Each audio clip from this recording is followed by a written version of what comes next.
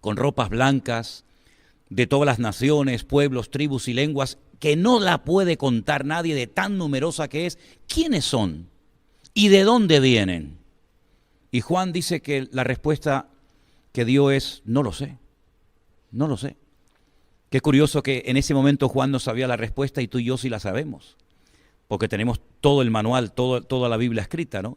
Y dice, estos son los que han salido de la gran tribulación y no han manchado sus vidas, sino que se han lavado con la sangre del Cordero, etcétera, etcétera, ¿no? En un lenguaje muy, muy bíblico. Es decir, aún no había sucedido tal acontecimiento y ya lo da por hecho. No, estos son los que ya han salido de la gran tribulación. Entonces, es muy importante conocer cómo Dios ha actuado a lo largo de la historia para ver el desarrollo del plan profético de Dios, que se ha ido revelando poco a poco, hasta nuestros días. Entonces yo entiendo lo siguiente, habían una serie de profecías, más de 150, que tenían que cumplirse, que estaban relacionadas con su primera venida, con lo que la Biblia llama en griego la epifanía, la primera manifestación visible del Mesías. Claro, para que él pudiera venir tuvo que haber un pueblo, una tribu, en fin, una serie de acontecimientos que desembocaron en su nacimiento, tal y como decía el profeta Miqueas, en Belén de Judea. Vale. Nace, desarrolla su ministerio, muere en la cruz, resucita al tercer día, asciende a los cielos, pero es que no se ha acabado todo. Eso es parte de la trama.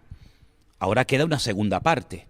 Pero entre esa primera manifestación del Mesías y la segunda hay un enorme paréntesis, que algunos lo han llamado el periodo de la gracia, que es en el que nos encontramos ahora mismo, pero en algún momento tendría que producirse todas las señales relacionadas con su segunda venida. Entonces, nosotros podemos saber en qué tiempo nos encontramos por la señal que estamos viendo, porque la señal indica el tiempo y el tiempo indica la señal. Te pongo solamente un ejemplo. Jesús dijo que su generación era perversa y maligna porque siempre estaban demandando señal. Y él dijo, la única señal que verá esta generación será la señal del profeta Jonás. Y se refería a cuando Jonás estuvo 3 días y 3 noches en el vientre de aquel enorme pez y después fue arrojado en tierra, etcétera, etcétera. Esa fue la señal de la época de Jesús, pero no es la nuestra. Las nuestras, las señales que nosotros vamos a ver en los últimos tiempos, están escritas, parte de ellas en los evangelios, en las cartas de Pablo a los tesalonicenses, por supuesto el libro del Apocalipsis y otras porciones. Por lo tanto, lo primero que va a ocurrir en los últimos tiempos es una manifestación brutal de la maldad. La maldad se va a multiplicar, no sabemos por cuánto, pero que se va a multiplicar y eso es evidente porque lo estamos viendo. Porque Jesús dijo que los últimos tiempos serían como los tiempos de Noé. Luego, para conocer lo que va a suceder en los últimos tiempos, hay que indagar cómo fue la generación de los días de Noé, donde había engendros, donde se mezcló el mundo espiritual con el mundo natural. Si no, de ahí eran los gigantes. No, la palabra gigantes en hebreo no es nefilín, es anak. Se mezclaron seres espirituales con mujeres, una maldad constante y permanente, hasta el punto que Dios dijo, basta, hasta aquí hemos llegado, ¿no? Entonces, si eso se va a volver a repetir, quiere decir que la maldad se va a multiplicar de una forma brutal en los últimos tiempos. La pérdida de valores, todo es relativo, nada es absoluto. Ya lo blanco era negro, lo negro es blanco, lo malo es bueno, como el mundo al revés, que es lo que estamos precisamente viendo hoy en día, ¿no? Esa es una de las grandes señales de los últimos tiempos. Otra gran señal que ya se ha producido fue el retorno del pueblo de Israel en mayo de 1948. ¿Verdad? Cuando comenzó, por así decirlo, la cuenta regresiva.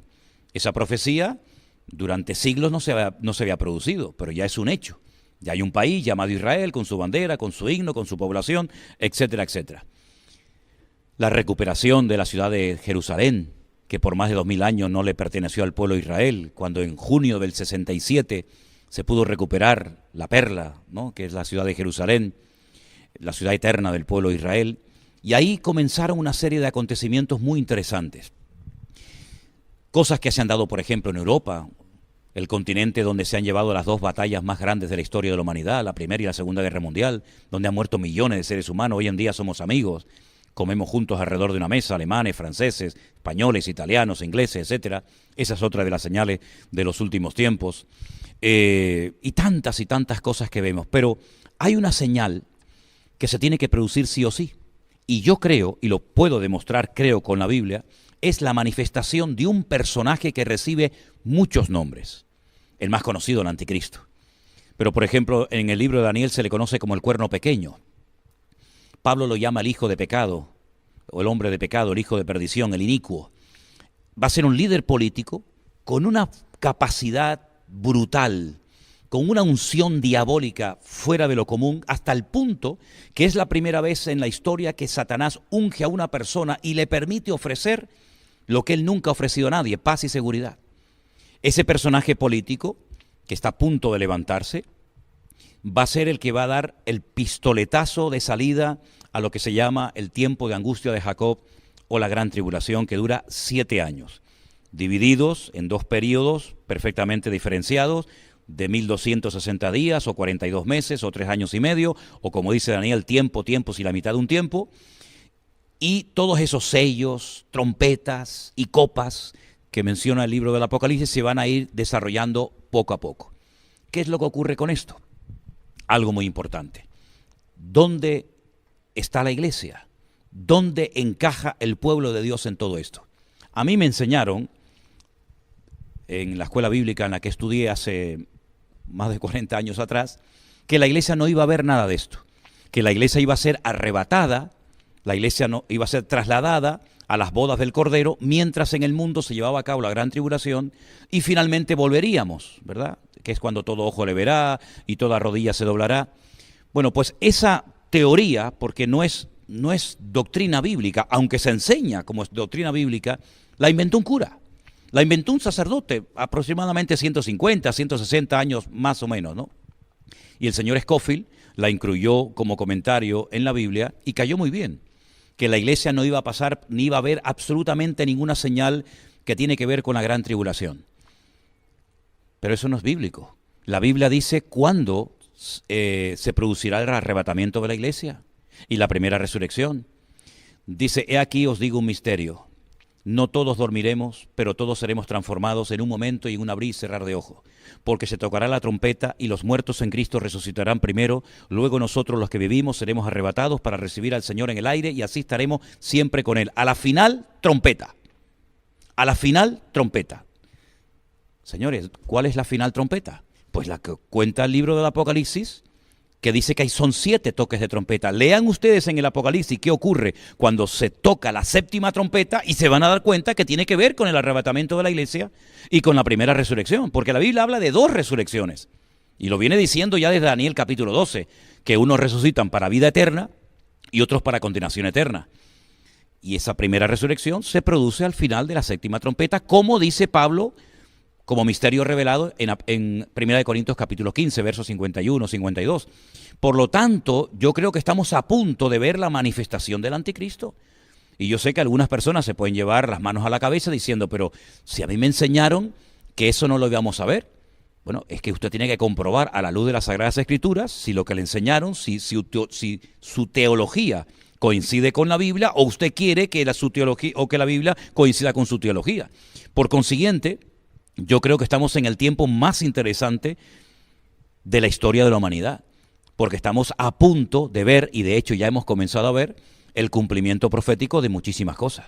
Por lo tanto, si se están preguntando algunos, ¿entonces usted cree que la iglesia pasará por parte de la gran tribulación? No le quepa usted la menor duda. Todo el que quiera vivir piadosamente sufrirá persecución. Lea usted los libros de teología de hace siglos atrás y ningún cristiano oraba o soñaba con no pasar por tribulación. Al contrario, era un honor ser perseguido. La iglesia cristiana, el cristianismo, está bañado en sangre. ¿Cuántos hermanos nuestros murieron? Y eran a lo mejor más santos o más espirituales y más consagrados que nosotros. Por consiguiente, no nos tiene que sorprender que nos persigan. Lo que nos tiene que sorprender es que no nos persigan. Lo que nos tiene que sorprender es que no se metan con nosotros. Porque Pablo llegó a decir que el cristianismo, los cristianos eran la escoria del mundo en aquel tiempo, ¿no? Por lo tanto, yo creo que la iglesia, muchos no se han enterado y están dormidos, no jugando a no sé qué, pero la iglesia va a pasar un tiempo difícil y de prueba. Y además le viene bien, ¿sabes, Eliezer? Le viene bien porque donde más ha crecido la obra y cuando más fuerte y más unidos hemos estado ha sido cuando nos han pinchado y cuando nos han perseguido. Cuando pasan de nosotros, y ni siquiera se dan cuenta de que estamos, que es una desgracia tremenda que no esté la luz encendida, pues es cuando más se ha relajado la iglesia y cuando peor nos ha ido. Por lo tanto, lo bueno de todo esto es lo malo que se va a poner todo, ¿no te parece? Se va a poner malo y cada vez peor, porque cuando lees Apocalipsis, lo estábamos hablando antes, fuera de cámara, que es como una mujer que se pone de parto, Exacto. que los dolores van en aumento Claro. hasta que nace, ¿no? Y es horrible cuando vas al libro de Apocalipsis y vas viendo todos los acontecimientos, que ninguno es bueno en los últimos tiempos. Ninguno. Y además una cosa, Eliezer, si el libro del Apocalipsis no es para nosotros porque no nos va a afectar nada, ¿para qué Dios lo inspiró a Juan para que lo escribiera? Si eso no tiene nada que ver conmigo. En todo caso, que se lo mande a un político de turno, ¿no? Pero no, se lo mandó a la iglesia. Mándalo a las 7 iglesias de Asia Menor para que sepan lo que va a pasar. Incluso alguna de ellas le dice que va a ser perseguida también, ¿no? No, la iglesia siempre ha estado esperando la venida del Señor, desde sus inicios, siempre ha estado, ¿no? Siempre. Bueno, nosotros sí, más que nunca, ¿no? Siempre. Hay algunos que están esperando a hacerse ricos, más que a la venida del Señor, pero bueno. Cuando, por ejemplo, has mencionado palabras clave cuando hablamos de los últimos tiempos, como por ejemplo, anticristo, Sí. Tribulación, Sí. son las palabras clave que siempre. Las que más la bestia. suenan. Sí. El falso profeta.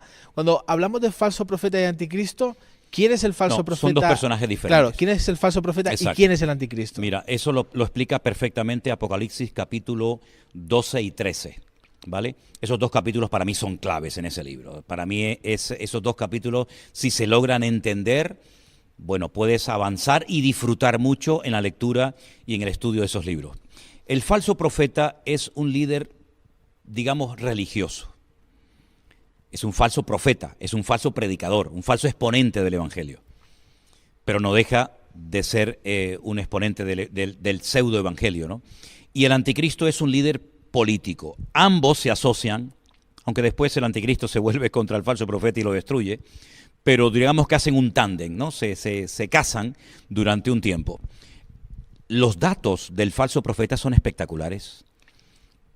Los datos del falso profeta son muy interesantes porque nos describe cómo se visten sus ministros, cómo se adornan los ministros que están bajo la tutela o bajo la cobertura del falso profeta, dónde está la sede central de gobierno de esa institución totalmente corrompida moral y espiritualmente. Por lo tanto, desconocer estos datos me parece a mí que es un error grave que muchos creyentes cometen, porque entonces cuando se manifieste este falso profeta o se dé a conocer este anticristo, digamos de una forma natural en cualquier sede mundial, sea la ONU, sea las Naciones Unidas, sea la Unión Europea, pues si la Iglesia no dispone o no tiene estos datos porque no los ha estudiado, ¿cómo va a saber si está llegando un momento crucial en la historia de la humanidad? Nosotros sabremos quién será el anticristo, por ejemplo, claro, porque a lo largo de la historia, por ejemplo, cuando Hitler empezó a hacer el Holocausto y la locura que hizo, todo el mundo en aquella época pensaba que, bueno, Hitler coincidía con muchas cosas que dice la Biblia, que podría ser el anticristo. Sí. Nosotros, y se han dicho tantas personas que no, es que es el anticristo, ¿conoceremos bien 100% este es el anticristo? Bueno, los cristianos que dicen que no van a estar, lógicamente no van a saber quién es, porque dice que se fueron, por lo tanto, ellos no supieron quién era, ¿no? Pero lo que está bien claro es que los datos que nos da la Biblia, tanto en el Antiguo como en el Nuevo Testamento, de cosas que nos demuestran que este es el verdadero anticristo, son tremendos. Por ejemplo, te voy a dar unos cuantos, ¿te parece? Bien. Del amor de las mujeres no hará caso. ¿Cómo se interpreta esto? Bueno, se puede interpretar de varias formas, ¿no? Pero un dato significativo. Del amor de las mujeres no hará caso. Del Dios de sus padres se va a desprender y adorará a Alama Ozin, dice en el arameo, en el texto arameo, Alama Ozin, el Dios de las fortalezas o el Dios de la guerra. Otro dato muy significativo. Otro dato muy interesante. Se levanta contra todo lo que es objeto de culto. Tanto que se sienta en el templo de Dios, haciéndose pasar por Dios. ¿Cuál es el templo de Dios? Y otros muchísimos datos que te da la Biblia acerca de cómo se va a comportar este personaje, las alianzas que hará, las naciones que lo van a apoyar, quién le va a dar toda la capacidad, digamos, para poder gobernar en muchas de las naciones de la tierra, por dónde atacará, cuándo atacará, cómo hablará. Se le describe con 3 animales diferentes. Dice que se menciona león, se menciona leopardo y se menciona al oso. Esas tres animales son mencionados cuando se manifiesta el anticristo. Claro, lógicamente la interpretación de lo que significan, de lo que representan esos animales, la encontramos en el Antiguo Testamento.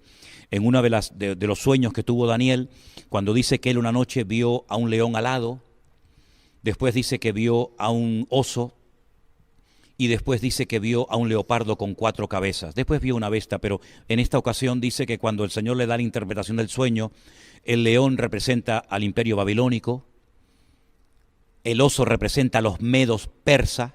Los persas son los iraníes, los medos todavía no tienen tierra, son los kurdos que están todavía reclamando territorio y no lo tienen. Y luego el leopardo representa a Grecia. ¿Pero por qué lo representa con 4 cabezas? Porque en el tema profético, en el tema escatológico, los cuernos son naciones y las cabezas son imperios. Cuando Alejandro Magno murió, su imperio fue dividido en 4 y se repartió en 4 de sus generales: Ptolomeo, Seleuco, Casandro y Silimaco. Esos 4 generales tomaron posesión de su reinado y por eso sale como con 4 cabezas. Luego el anticristo aglutina en su persona características de los babilónicos, formas de hablar de los persas y formas de actuar de los griegos. Hay que estudiar cómo era la cultura de los griegos, cómo son los persas en la actualidad, cómo actuaron los babilónicos en el pasado, porque es como una mezcla de características de estos imperios que han precedido a este último imperio que viene, y te vas a dar cuenta de que yo lo llamo, es una expresión mía, la última bala en la recámara de la pistola de Satanás, ¿no? Es la última oportunidad que tiene para conseguir sus objetivos. Sí, es verdad que Hitler se pareció mucho a un anticristo, pero hay un dato muy significativo. El idioma griego, que fue en el que se escribió el Nuevo Testamento, y el hebreo del Antiguo Testamento son idiomas alfanuméricos. Es decir, las letras son números y los números son letras. Por poner un ejemplo, ¿no? Por ejemplo, si nuestro idioma, que no lo es, fuera un idioma alfanumérico, la A sería el 1, la B sería el 2, la C sería el 3, y así sucesivamente. Las 22 letras del Aleph Bet en hebreo, cada una tiene un valor numérico, exactamente igual que el griego. Juan dice, aquí hay sabiduría, el que lee entienda, que el nombre de la bestia o el número del nombre de la bestia es 666. Es decir, no te da el nombre del personaje, pero te da el valor numérico del nombre. Por lo tanto, cuando uno puede llegar a sospechar de que este puede ser el anticristo, escribe su nombre, sácale el valor numérico y automáticamente lo descartas o dice este puede ser o no puede ser. Por lo tanto, son datos muy, muy significativos. Luego hay un dato también muy importante y es cómo intenta, y lo va a conseguir, controlar la economía mundial. El dinero va a desaparecer, las tarjetas de crédito van a desaparecer y se va a implantar en la cabeza y en la mano de las personas un microchip que ya existe, no es tecnología de ciencia ficción, sino que es algo muy fácil, muy práctico, muy bueno, pero que la palabra de Dios nos advierte de los peligros que puede conllevar y dice que todos serán marcados con el nombre, con el número de la bestia, para estar localizados por una pequeña señal de GPS, por una pequeña batería de litio, que es lo que alimenta a este chip. Nadie puede comprar, nadie puede vender, nadie puede hacer ningún tipo de transacción. Imagínate llegar al banco a cobrar tu dinero y no lo puedes cobrar. Quieres comprar comida, no puedes comprar. Quieres poner gasolina, no puedes comprarla. Entonces es un sistema magnífico. Allí llevas todos tus datos bancarios, todos tus datos de pasaporte, de DNI, médicos, etcétera. Y es una forma como él va a marcar a los seres humanos, igual que si fueran animales, ¿no? Hay muchos animales, yo he tenido muchos perros y le teníamos que poner en la orejita el microchip, ¿no? Pues exactamente igual va a ocurrir. Así que son muchos los detalles. Es como los detalles que se daban acerca de la primera venida de Cristo. 150 profecías, es decir, que si logra cumplir este personaje 149, pero no cumple con las 150, se descarta automáticamente. No puede ser de la tribu de Leví, no puede ser de la tribu de Zabulón, tiene que ser de la tribu de Judá, etcétera, etcétera. Tiene que nacer en Belén de Judea para saber quién era el verdadero Mesías. Este es el falso Mesías, el antimesías, y también hay muchísimos datos para saber quién es. Es interesante lo que dices, porque justamente hace poco leí una noticia hablando de la inteligencia artificial que esto sería otra pregunta que podríamos hablar, de cómo la inteligencia artificial en los últimos tiempos, o qué papel va a jugar la inteligencia artificial en los últimos tiempos. De hecho, hablando de los datos que decías, de todos los datos que tienen sobre nosotros, Elon Musk no gana tanto dinero de los Tesla, él ha ganado dinero a base de la información que ha recaudado sobre PayPal, todas las plataformas que ha hecho, y ha vendido a otras compañías. O sea, eso ha sido. Pero otro día Elon Musk, hablando de los peligros de la inteligencia artificial en el futuro, vi algo que me causó una curiosidad tremenda, porque decía que, hablando con Larry Page, que es uno de los fundadores de Microsoft, o uno de los que están allí, decía que Larry Page estaba creando un dios nuevo a base de inteligencia artificial. Y era espeluznante cómo empezaban a crearlo, a decir qué podría pasar. ¿Cómo ves tú, con todas estas noticias que tenemos, la inteligencia artificial en los últimos tiempos? ¿Qué te sugiere? Bueno, una de las señales de los últimos tiempos es que, y Pablo describe incluso hasta el carácter de los hombres de los últimos tiempos, es que habría inventores de males. La capacidad de la maldad del hombre es ilimitada, ¿no? Dios creó al hombre a su imagen y semejanza, y ahora lo que el hombre quiere es crear a un Dios a su imagen y semejanza, ¿no? Es, otra vez, todo invertido, ¿no? Por lo tanto, el Internet, las redes sociales, la inteligencia artificial, claro que va a jugar un papel fundamental en los últimos tiempos. De hecho, cuando en el libro de Apocalipsis dice que el anticristo pone una imagen suya en el templo que habla, bueno, la Biblia nos enseña que las imágenes tienen ojos y no ven, tienen boca y no hablan, tienen oídos y no oyen, y pies y no caminan. Pero sin embargo dice que él pone una imagen suya en el templo y habla. Y la gente, cuando lo ve, lo adora. Hombre, lo que está bien claro es que no va a poner una estatua como la puso Nabucodonosor en Babilonia, ¿no? Sino que él va a poner probablemente un holograma. Mira, ahora el año que viene se va a dar por primera vez en la historia un matrimonio que nunca se ha dado. Y es una señora que se va a casar con un holograma de esto, ¿no? Un avatar. Sí, una cosa de estas re extraña, que haces así, no está, pero está, ¿no? Entonces, el anticristo va a echar mano de toda la tecnología. De hecho, la tecnología no es buena ni mala, es según el uso que le des. El Internet es maravilloso. Mira, gracias a Internet nos están viendo miles de personas, o millones. Pero, hombre, esto lo puedes utilizar para lo bueno o lo puedes utilizar para lo malo. La dinamita no se inventó para matar a la gente, la dinamita se inventó para otras cuestiones, ¿no? Por lo tanto, el enemigo, como dice la Biblia, que los que son del pecado y de la maldad siempre piensan en cosas malas, y los que somos del Espíritu pensamos en las cosas del Espíritu, el diablo siempre está maquinando. Y todo lo que él pueda utilizar para alcanzar sus objetivos, lo va a hacer. Yo siempre he dicho que nosotros vemos la televisión, pero la televisión nos ve a nosotros. Yo siempre he dicho que nosotros cogemos un teléfono, un celular, como llaman algunos, y podemos hablar y tal, sí, pero es que el celular también te está escuchando a ti constante y permanentemente, sabe dónde estás 24 horas al día. Y tú hablas un día de vacaciones en Hawái y al luego momento te salen informe de vacaciones en Hawái. Me ha pasado muchas veces, muchísimas veces. Además lo he hecho a propósito y funciona, sí. Totalmente. Hablemos más de Cristo. Sí. Hablemos más del Señor, prediquemos la palabra a tiempo y fuera de tiempo, a ver qué es lo que pasa. A ver si nos sale más. Claro. Por ejemplo, cuando hablamos también de el rapto, es otra palabra fundamental cuando hablamos de los últimos tiempos. Sí. ¿Qué sabemos en la Biblia con respecto al rapto o al arrebatamiento? Bueno, hay versículos muy interesantes. Por ejemplo, cuando lo que te citaba antes de 1 Corintios 15, dice, no todos dormiremos, pero todos seremos transformados. Metamorfosis es la palabra que aparece, en un momento y en un abrir y cerrar de ojos. Bueno, yo pienso que ahí hay una referencia clara a este tema, ¿no? Algunos lo relacionan únicamente con la segunda venida. Pero Jesús dijo, por ejemplo, que estarán dos en una cama. Uno será tomado y el otro será dejado. Dos mujeres estarán muriendo en un molino. El molino casero, no el industrial, el grande. La una será tomada, la otra será dejada. Yo creo que hay muchas referencias en la palabra de Dios de una desaparición masiva de miles, de millones de seres humanos. Y a mí lo que me llama mucho la atención, que incluso hoy en día hay predicadores que dicen que el milenio no existe, que es una forma metafórica de hablar de un periodo corto de reinado de Cristo, que el arrebatamiento no existe, que la segunda venida de Cristo no es así como se ha dicho siempre, sino que es diferente. Sí, a mí me llama mucho la atención que son los mismos creyentes los que ponen en tela de juicio lo que enseña la palabra de Dios, por lo cual millones de hermanos nuestros han dado su vida y han muerto crucificados y quemados en las hogueras por defender esas doctrinas, y ahora resulta que nosotros, los más listos de la historia, cuestionamos lo que otros hermanos nuestros fueron capaces de dar la vida por defenderlo hasta la muerte, ¿no? El arrebatamiento yo creo que es tan real como la silla en la que estamos sentados, Eliezer. Lo que pasa es que es algo tan misterioso. Yo recuerdo en mi época, cuando yo me convertí, era joven, que nos ponían películas en las iglesias sobre el arrebatamiento, ¿no? Y soñábamos, ¿no?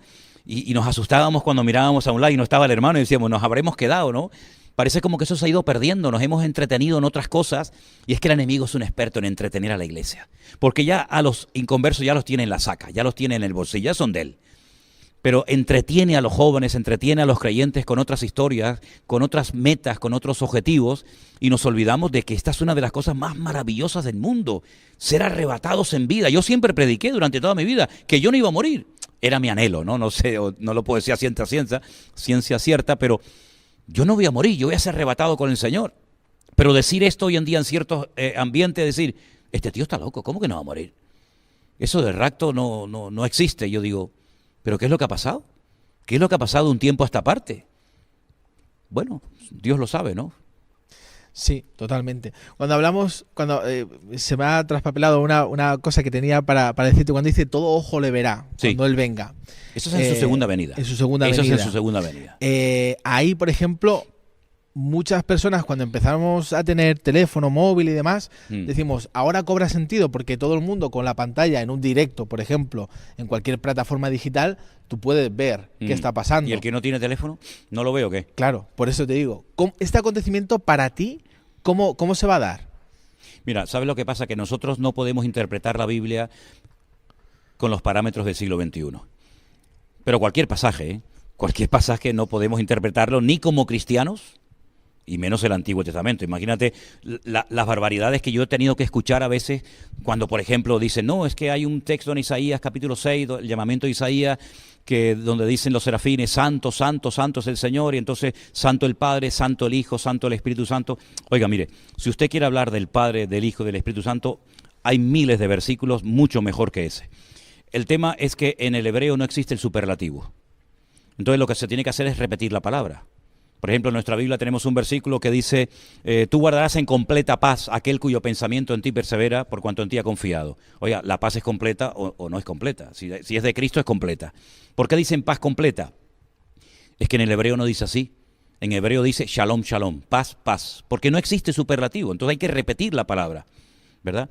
Por lo tanto, cuando queremos interpretar un pasaje de la Biblia, sea cual sea, hay que ponernos en el lugar del que lo escribió, en el momento histórico, ver si eso es un hebraísmo, si es una profecía, si es una metáfora. Por lo tanto, cuando vamos a la palabra de Dios y decimos que todo ojo le verá, ¿por qué necesariamente tenemos que decir, no, será por la televisión, será porque hay satélites, será por...? Bueno, eso es lo que nosotros interpretamos. Pero, por ejemplo, ¿cómo interpretamos lo mismo que va a ocurrir ese día? Que cuando Él venga no será de día ni de noche. ¿Cómo que no va a ser? No, ni de día ni de noche. Es un día que solamente conoce el Señor. No nos cabe en la cabeza.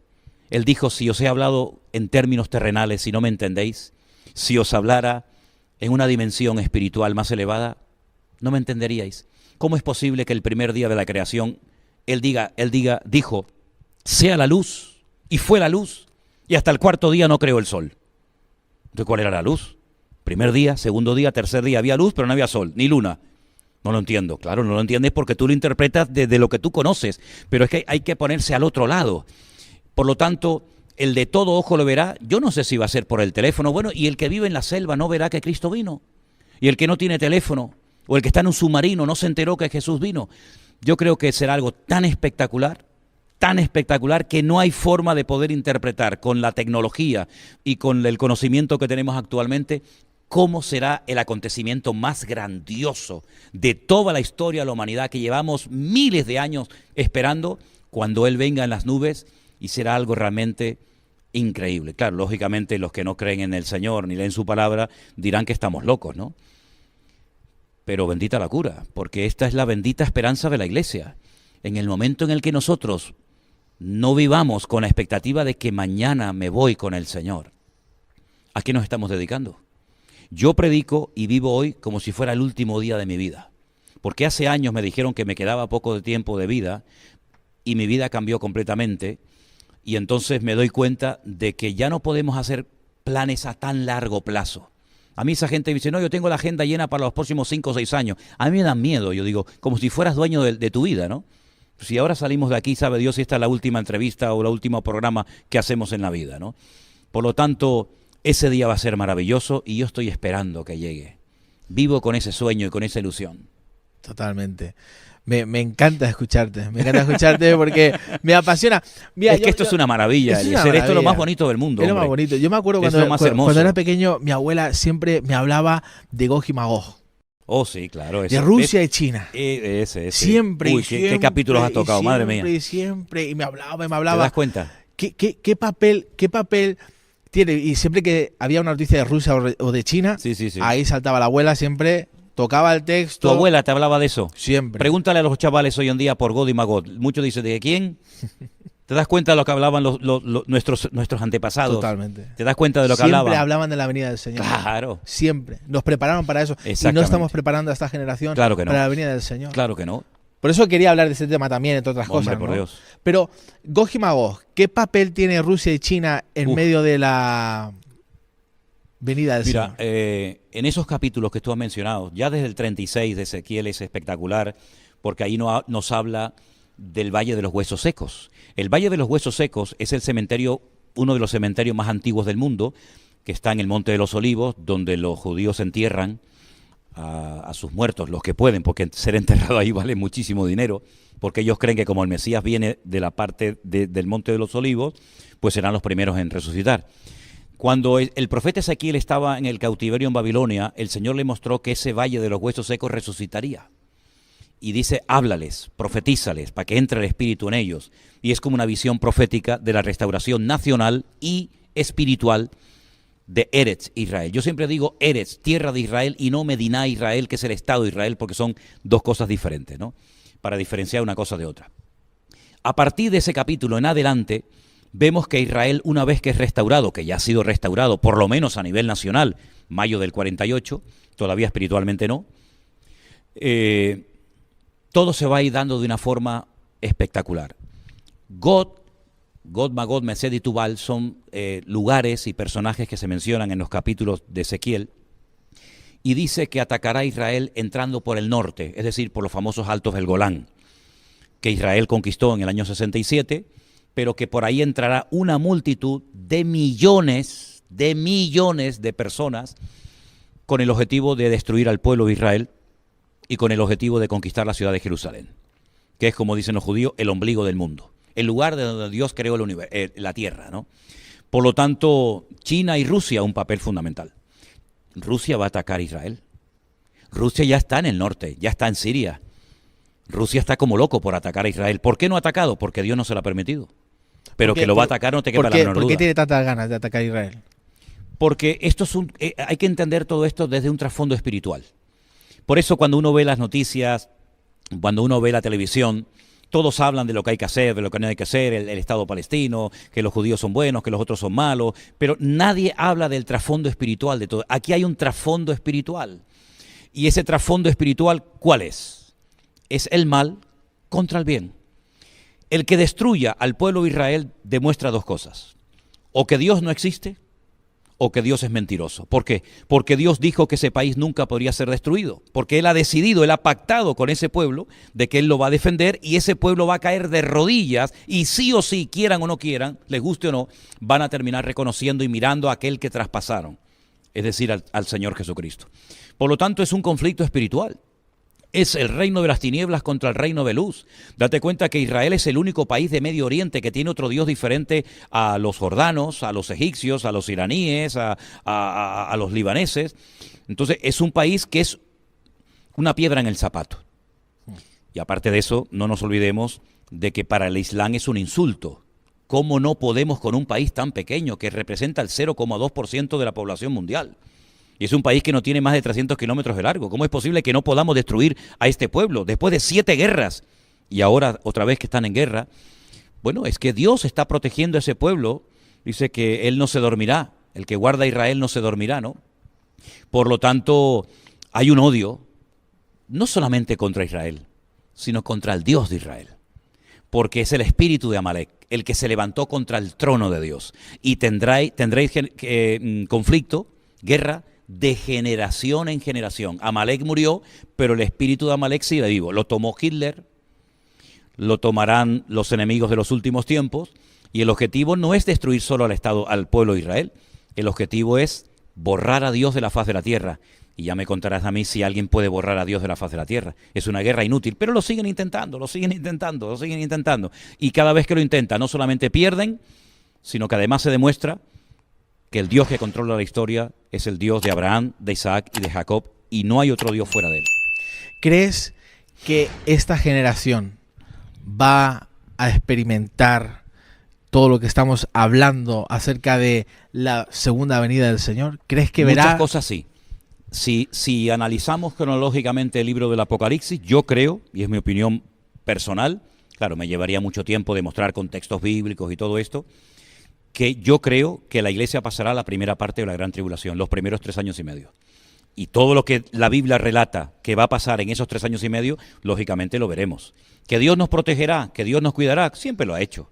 El Señor siempre marca una diferencia entre los que son y los que no son, entre la luz y las tinieblas. Sellos, que son 7, y trompetas, que son 7 en el Apocalipsis, yo creo que la iglesia las va a experimentar. Ya la segunda parte es otro tema. No hablo tanto de la iglesia, que sí, pero nosotros, ¿está tan cerca como para nosotros poder vivirlo? Yo le preguntaba eso el otro día al Señor, Eliezer, te lo confieso con el corazón en la mano, o con la mano en el corazón, mejor con la mano en el corazón, ¿no? Si no estaría muerto. ¿Hasta cuándo me vas a permitir ver, Señor? Porque por una parte yo digo, wow, llevo 40 años predicando de esto y ahora lo puedo ver. Como cuando yo digo a la gente que viene conmigo a Israel, aquí veis la Biblia, en Europa la leemos, aquí la vemos, ¿no? ¿Hasta dónde me vas a permitir ver? Pero como humano en la carne a veces digo, oh, Señor, guárdame porque no sé si seré capaz de aguantar todo esto sin tu gracia y sin tu misericordia.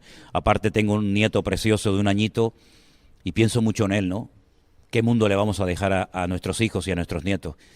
Pero Dios nos va a dar la fuerza. ¿Hasta dónde vamos a poder ver? No lo sé.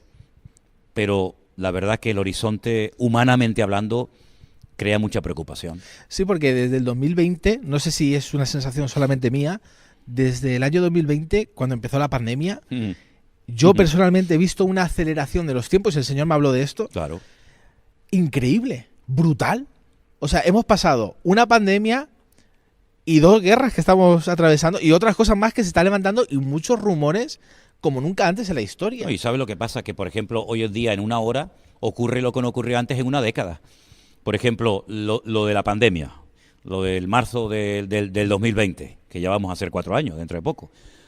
Bueno, fue algo brutal. Jamás en la historia de la humanidad había ocurrido algo así. Pero ya lo contamos como aguas que pasaron. Pero es que lo tuvimos que vivir un día y otro día y una semana y otra semana y un mes y otro mes. Y yo prediqué durante meses a sillas vacías en la iglesia en Tenerife, ¿no?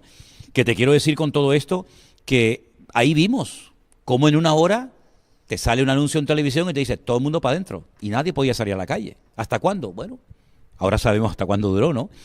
Que te quiero decir de que el mundo es muy cambiante y es que no hay tiempo. Es que hay un texto bíblico que a mí sí me ha llamado la atención y lo quiero mencionar, que dice que Satanás sabe que le queda poco tiempo.